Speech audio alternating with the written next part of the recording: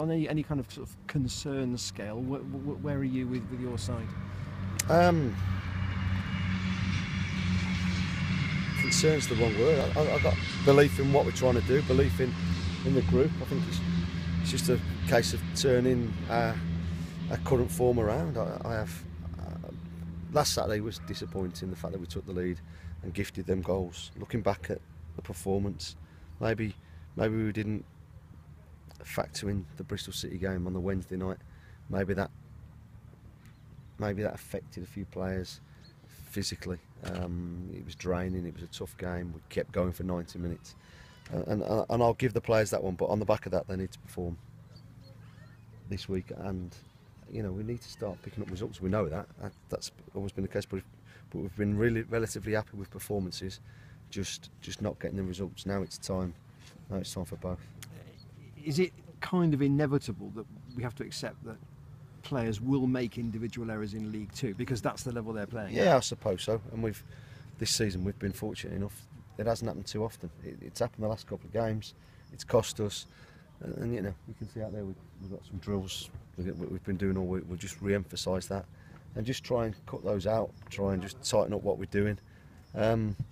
Managers, staff can't legislate for individual mistakes, but collectively last week we didn't do enough as a team to get 3 points.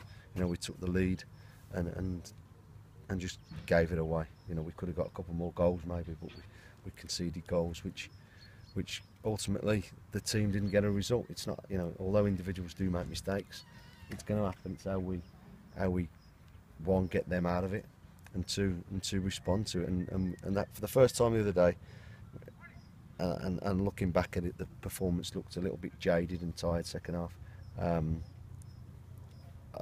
It wasn't up to standard. Has the training been sharper this week without a midweek game? Yeah, it has. Yeah, it's been. You've got to try and get the balance between getting over the tired effect. It happens at Raheem Sterling for England.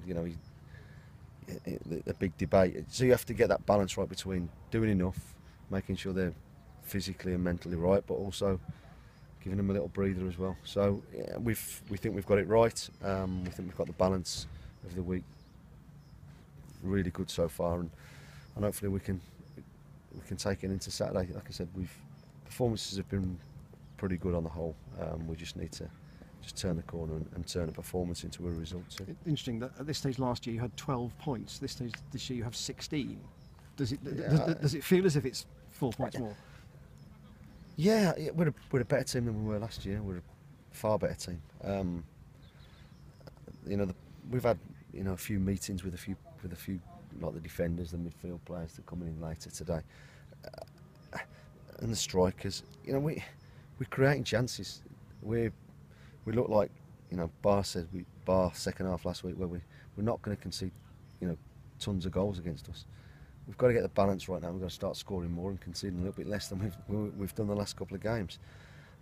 There's a great belief within the group, and I don't think it's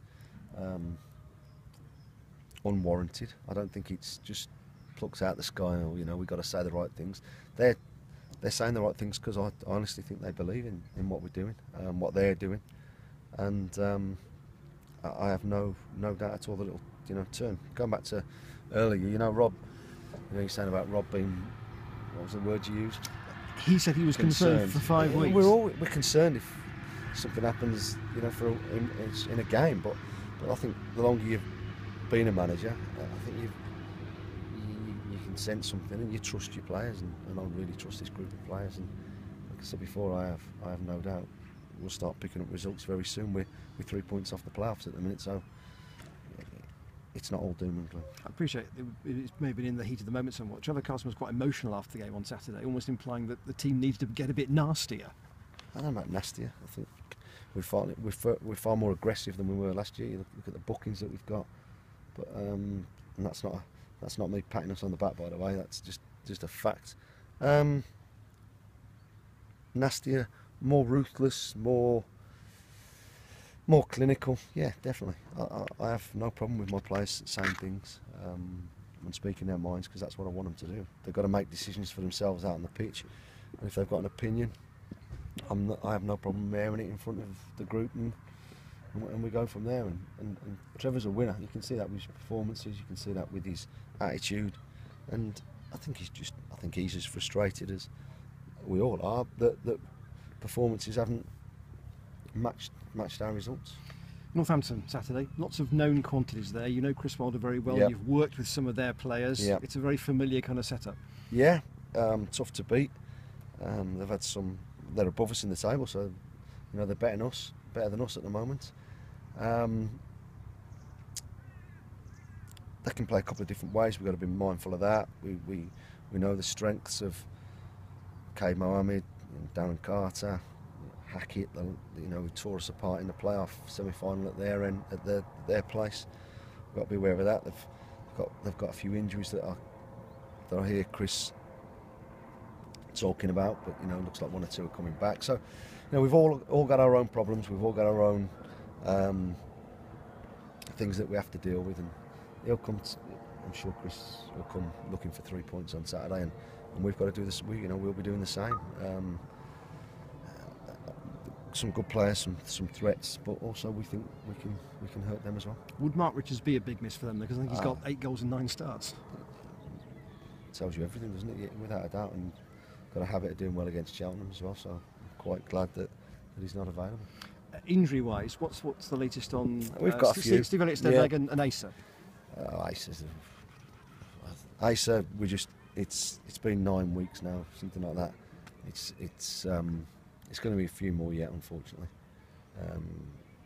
You might want to speak to Wes about it. Really, they're still not completely healed, or still not ready to start running yet properly. So I'm just guided by Wes on that one. He tells me probably another week, 10 days, 2 weeks, whatever.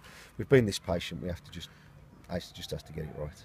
It's a slow process, isn't it? Yeah, it is. But I think Wes said at the time it could be a 3-month injury, but we hope for a 6-week rehabilitation. It hasn't been that, and I think it's probably been going to be the 3 months that he predicted.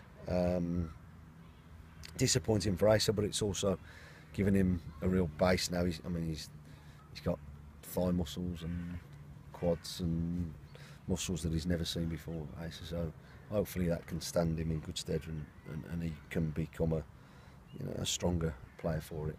He's desperate to get out there. He's working extremely hard with Ian and with Wes, but listen, there's nothing he can do if he can't get out on the grass. So we just have to be patient. A couple of bumps and bruises. Vaughan picked up got smashed in training the other day, completely by accident. Stevie's still, being monitored.